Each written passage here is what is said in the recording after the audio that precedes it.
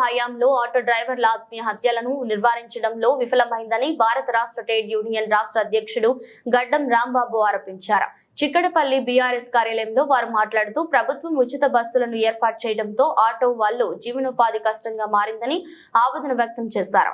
అంతేకాకుండా ప్రతి ఒక్క ఆటో డ్రైవర్ కుటుంబ పోషణకు 15,000 రూపాయల ఆర్థిక సహాయాన్ని ప్రభుత్వం అందించాలన్నారు. ఉచిత బస్సు ప్రారంభించినప్పటి నుంచి ఇప్పటి వరకు 40 మంది ఆటో డ్రైవర్లు ఆత్మహత్య చేసుకున్నారని అన్నారు.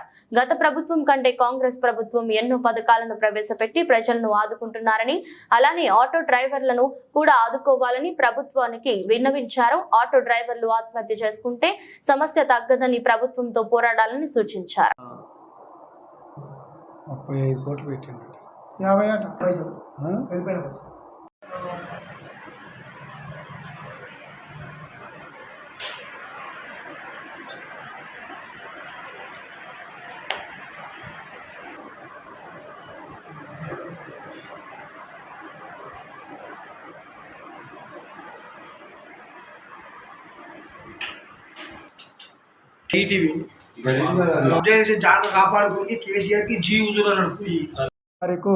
అంటే సోమవారం రాత్రి మలక్పేటలో రమేష్ అనే ఆటో డ్రైవరు వ్యాపారం జరక్క కుటుంబాన్ని నడుపుకోలేక ఆత్మహత్య చేసుకున్నాడు.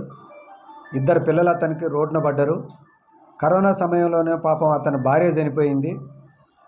ఈ రకంగా ఇటీవల కాలంలో ఆటో డ్రైవర్లు వ్యాపారం లేక దాదాపు కాంగ్రెస్ ప్రభుత్వం వచ్చిన తర్వాత మరణించిన వాళ్ళ సంఖ్య సుమారుగా 40కి చేరింది.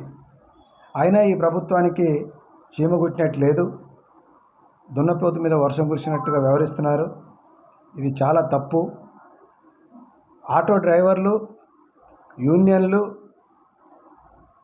అనేక నెలల నుంచి రోజుల నుంచి స్పందించి మీరు ఉచిత బస్సు పెట్టారు, ఆ ఉచిత బస్సు సౌకర్యం మేము వ్యతిరేకం కాదు, కానీ దాని యొక్క ప్రభావం మా జీవితాల మీద పడ్డది, మమ్మల్ని ఆదుకోండి, మాకు కూడా ఏదైనా ప్రత్యామ్నాయ మార్గాలు చూపించండి, ఏ మార్గాలు లేకపోతే నెలకు ఒక 15,000 రూపాయలు డైరెక్ట్గా మాకు ఇవ్వండి, అప్పుడు ఈఎంఐ కట్టుకోగలుగుతాం, మా కుటుంబాన్ని నడుపుకోగలుగుతాం, ఓ 20-25% మాకు వ్యాపారం గతంతో పోల్చినప్పుడు నడుస్తున్నది. అందుకని మా బతుకులు మేము బతకాలంటే, మేము జీవించాలనంటే, ఈ వృత్తిని నమ్ముకొని మేము ఇంకా కొనసాగాలంటే మీరు ప్రభుత్వం ఈ సహాయం చేయాలని చెప్పేసి అడిగినాయి. అయినా ప్రభుత్వం పెడచెవిన పెట్టింది. అసెంబ్లీలో ప్రతిపక్షాలు కూడా మాట్లాడారు. అప్పటికి కూడా ఓ నిర్ణయం తీసుకోలేని పరిస్థితి. ఆటో యూనియన్లని రవాణా శాఖ మంత్రి పిలిచి మీటింగులు పెట్టిండు. కానీ మంచి మాటలు చెబితే కడుపు నిండదు. మంచి మాటలతోటి సాగనంపే పనే తప్ప ఆటో డ్రైవర్ల సమస్యలు పరిష్కరించుకున్న ప్రయత్నం మాత్రం ఇలా జరగలేదు.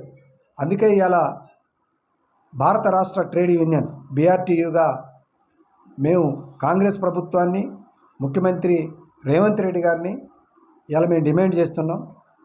మీరు అనేక వాగ్దానాలు చేసిర్రు. సంక్షేమ కార్యక్రమాలు గత ప్రభుత్వాల కన్నా ఎక్కువ ఇస్తామని చెప్పేసి చేసిండ్రు. ఇంకా కొత్త కొత్త అంశాలు తీసుకొస్తామని చెప్పారు. అవన్నీ ఒక భాగం. కనీసం ఉన్న బతుకుని ఉండనియండి.